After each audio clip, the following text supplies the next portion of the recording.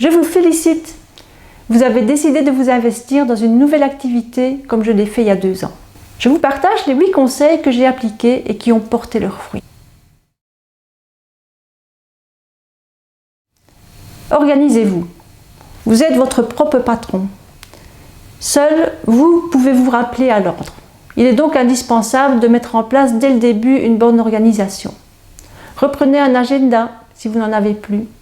L'agenda papier vous permettra d'écrire, de mettre des notes intéressantes et fructueuses, de les mettre à plat.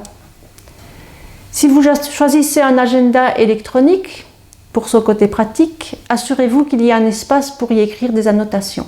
Planifiez votre emploi du temps par jour, par semaine, par mois, voire même par année. Écrivez également les objectifs que vous voulez atteindre pour chaque période.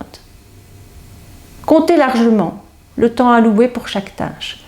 Cela vous permettra de rester détendu, éventuellement de finir une action plus vite que vous ne l'auriez prévu. Cochez chaque action effectuée. Cela vous apportera un sentiment de satisfaction. Faites du sport régulièrement, bougez 2-3 fois par semaine. Ce n'est pas du temps perdu. C'est votre organisme qui va faire tourner la boîte. Vous devez être en pleine forme et en pleine possession de vos moyens. Ne culpabilisez pas. Planifiez et suivez votre programme.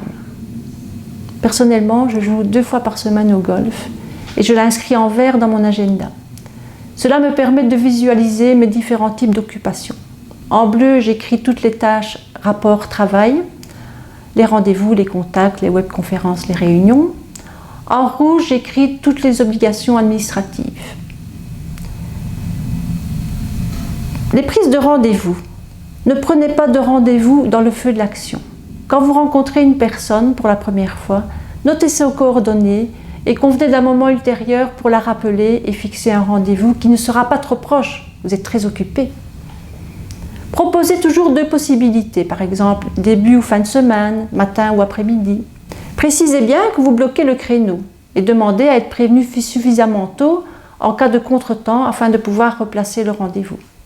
Les cartes de visite. Vous n'êtes pas des distributeurs de cartes de visite. La plupart du temps, personne ne vous rappellera. Au début, j'ai distribué des dizaines et des dizaines de cartes de visite. Je n'ai eu aucun appel en retour.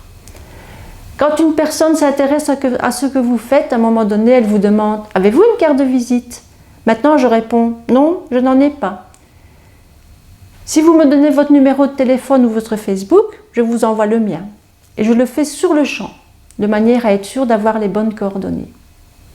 Ce procédé passe très bien et je n'ai eu que des réactions positives et spontanées.